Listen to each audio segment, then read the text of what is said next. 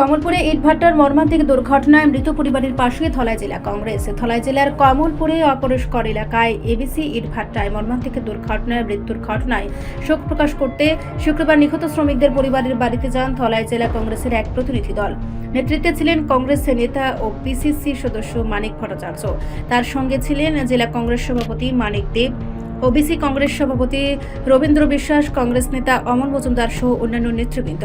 কংগ্রেসের নেতারা প্রথমে দুর্ঘটনাস্থল এবিসি ইটভাটায় পৌঁছে পরিদর্শনের চেষ্টা করলেও স্থানীয় পুলিশ তাদের সেখানেই প্রবেশে বাধা দেয়। পরে তারা ধলাই জেলার পুলিশ সুপারের সঙ্গে যোগাযোগ করেও অনুমতি পাননি বলে অভিযোগ তোলেন কংগ্রেস নেতৃত্ব। মানিক ভট্টাচার্য জানান, ঘটনাস্থল পরিদর্শনে অনুমতি না দেওয়া অত্যন্ত দুঃখজনক ঘটনা বলে তিনি মনে করেন। পরবর্তী সময়ে দলীয় প্রতিনিধিরা নিহত শ্রমিক সজল মালাকার, সুবল দেবনাথ, পিঙ্কু ও বিধু শর্মার বাড়িতে যান। সেখানে নিহতদের স্ত্রী ও সন্তানদের সঙ্গে কথা বলে শোক ও সমবেদনা জ্ঞাপন করেন এবং প্রতিটি পরিবারকে দলীয় তহবিল থেকে সামান্য আর্থিক সহায়তা তুলে দেন।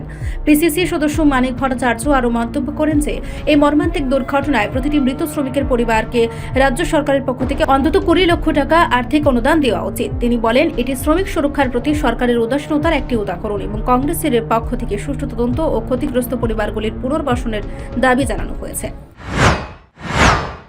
পরশুদিন অপরাস্কর ইটভাটাতে যে মর্মান্তিক একটা দুর্ঘটনা সংঘটিত হয়েছে, তার পরিপ্রেক্ষিতে ত্রিপুরা প্রদেশ কংগ্রেস কমিটির বর্তমান যিনি সভাপতি আশিস সাহা, ওনার নির্দেশে আমরা আমবাসা এবং কমলপুরের দুজন পিসিসি মেম্বার এবং বিভিন্ন যে শাখা সংগঠনের চেয়ারম্যান সহ আমরা কংগ্রেসের কর্মীরা এসেছিলাম এই স্থানটি দুর্ঘটনাস্থলটি পরিদর্শন করার জন্য।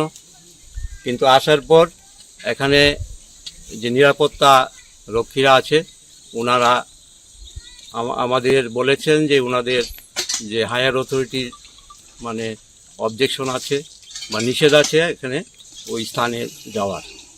যা হোক, আমরা পরবর্তী সময়ে এসপি এবং এডিশনাল এসপির সাথেও এবং কমলপুরের এসডিপিও এবং কমলপুরের যিনি থানার দায়িত্বপ্রাপ্ত অফিসার আছেন ওনাদের সাথেও কথা হয়েছে, কিন্তু আমরা দীর্ঘক্ষণ অপেক্ষা করার পরও তাদের কাছ থেকে কোনো অনুমতি আমরা পাইনি। তাই আমরা বাধ্য হয়ে এখন এই স্থান পরিদর্শন না করে আমাদের যেতে হচ্ছে। আমরা পরবর্তী সময় এই এলাকার যে 4 জন শ্রমিক এই ঘটনায় নিহত হয়েছে তাদের বাড়িতে যাব, তাদের পরিবারের সাথে আমরা মিলিত হব। রিপোর্ট সংবাদ প্রতীক্ষা।